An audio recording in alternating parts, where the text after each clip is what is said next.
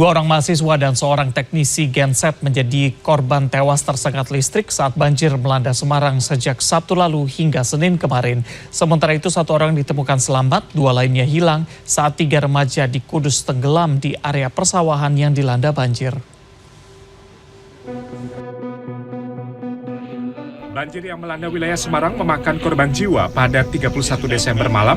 Dua mahasiswa tewas diduga tersengat listrik di Jalan Kapas Timur 3. Dari temuan polisi ada kabel listrik milik PLN yang salah satu ujungnya menjuntai ke genangan banjir.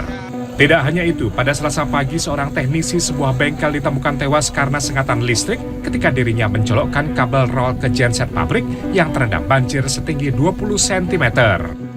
Untuk sementara hasil dari penyelidikan yang kami lakukan dari kejadian tanggal 31 Desember itu adalah memang diakibatkan oleh adanya kabel listrik yang terputus kemudian masuk ke dalam genangan air.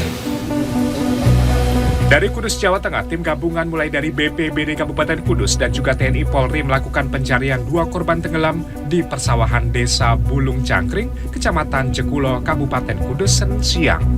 Menurut polisi, ketiga remaja tersebut tenggelam pada hari Minggu sore kemarin dan satu orang diantaranya ditemukan warga dalam kondisi selamat.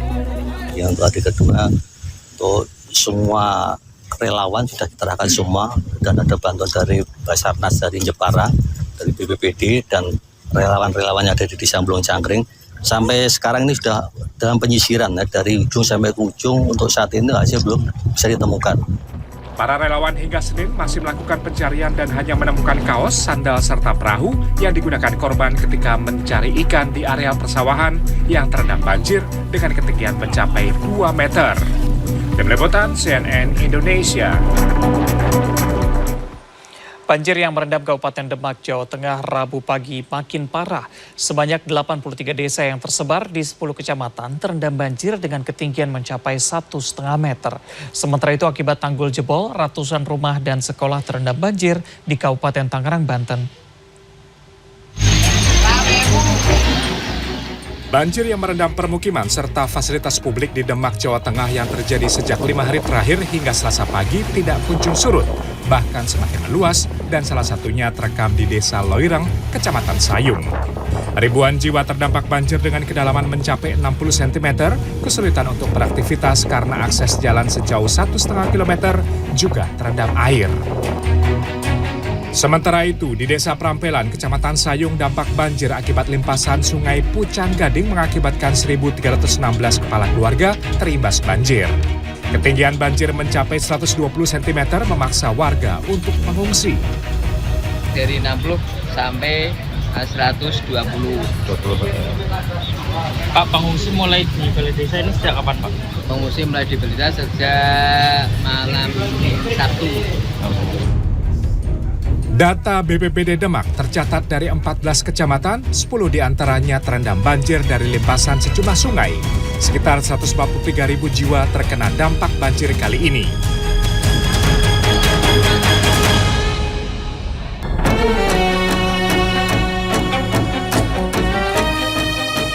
Sementara itu di Kecamatan Kresek, Kabupaten Tangerang, Banten, ratusan rumah terendam banjir akibat tanggul Sungai Cidurian jebol pada Senin sore.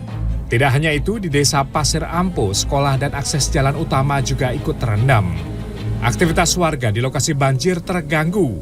Sejumlah orang terpaksa harus menggunakan jasa ojek gerobak untuk melintas karena khawatir sepeda motor mereka mati mesin dan menjadi rusak. Yang terendam yang masuk ke rumah itu ada yang rendang airnya itu bisa 60, ada yang 70, ada yang 50 yang masuk ke rumah. Ada juga yang 1 meter. Warga berharap pemerintah Kabupaten Tangerang maupun provinsi dapat segera memperbaiki tanggul agar banjir tidak kembali terjadi di permukiman. Tim Liputan CNN Indonesia.